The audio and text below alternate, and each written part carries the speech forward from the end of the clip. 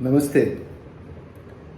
King of Pranayama, Nadi Shodhan or Anulom Vilom is often called the king of Pranayama. There are others as well, but Nadi Shodhan is also called a king. What does the word Nadi Shodhan mean?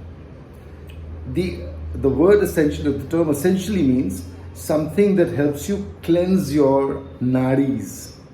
There are an estimated 72,000 nadis in our body. The three major nadis are the Ida, left nostril, Pingala, the right nostril, and the Sushumna, which is active when both are flowing together. So if you put your fingers under your nostrils and breathe out, if you feel the breath equally in both nostrils, that's a sign that your Sushumna is flowing, it's active. When the Sushumna is active, in many ways, the single most important Nadi in the system is active, and that's wonderful. Nadi Shodhan Pranayam or Anulom Vilom helps you to balance and create a rhythm in your system, a balance in your system, which helps to activate the Sushumna Nadi through the process of cleansing. So in many ways, cleansing is the single most important thing that needs to be done as far as our respiratory system is concerned. It's an integral part of the Pranamaya Kosh. Pranamaya Kosh, of the five koshas in the body, Annamaya Kosh, Manomaya Kosh, Pranamaya Kosh, Vijnanamaya Kosh, Anandamaya Kosh, everyone's attention seems to be either on the Annamaya Kosh, the physical body, or the Manomaya Kosh, which means the mind, emotions, and so on and so forth. We often think, I feel like doing something, I want to do something. So this is the Manomaya Kosh which is acting.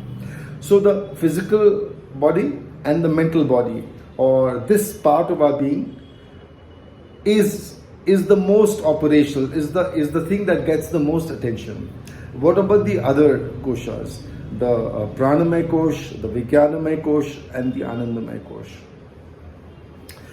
As long as the physical and the mental are overactive, we cannot begin to access the Vijnanamaya Kosh and the Anandamaya Kosh. And the link from the physical to the Vijnanamaya Kosh and the Anandamaya Kosh is actually the Pranamaya Kosh. The Pranamaya Kosh, unfortunately, is the least understood. I mean, people do certain kinds of pranayams like Anulom Vilom, Bhastrika, Kapal Bhati, and there are other esoteric pranayams that people do, that some people know and practice and so on, but most people seem to be largely unaware. And therefore, Nadi Shodhan is considered an important or the king of pranayams.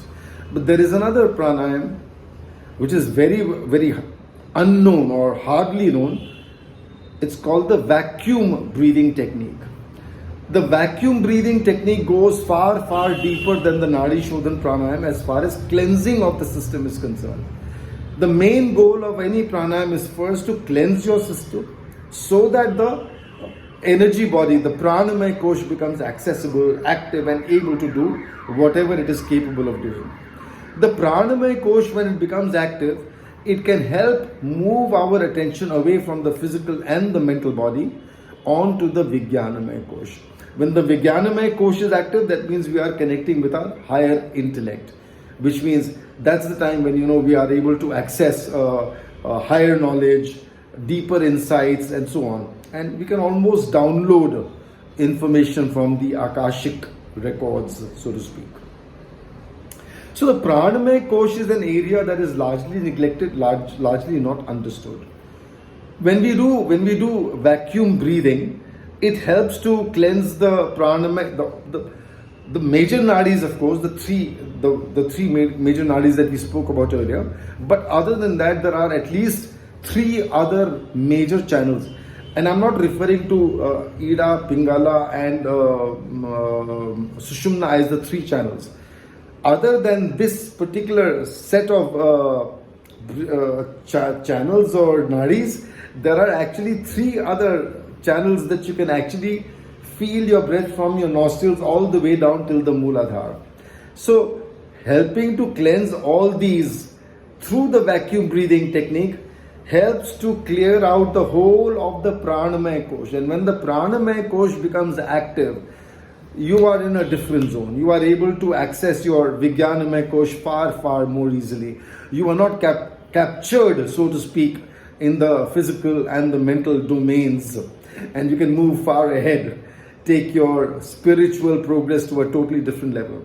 And by the way, when we say spiritual progress, the major goal of spiritual progress is raising of consciousness. When consciousness rises, everything changes. Notice how, for example, humanity with a relatively higher level of consciousness dominates over all other beings on earth. And there are many, not trillions, probably hundreds of trillions. No, the word should probably be centillions, which is many times more in number. All kinds of life forms are there. But humanity, just 8 billion in number, dominates over all these other life forms on earth.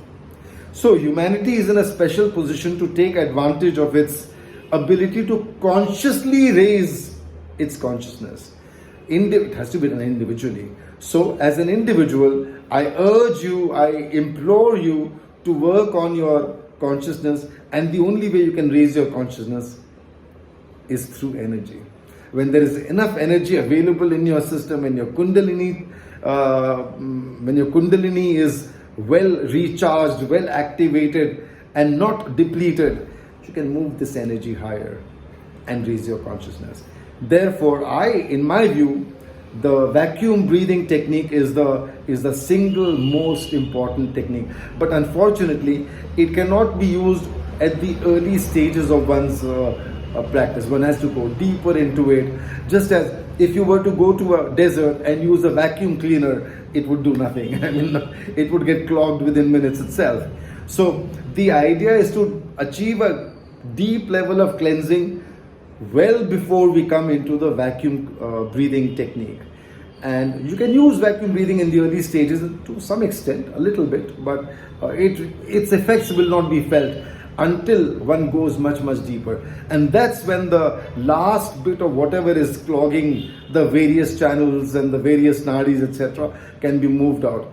And then magic begins to happen. All the best with vacuum breathing, and namaste.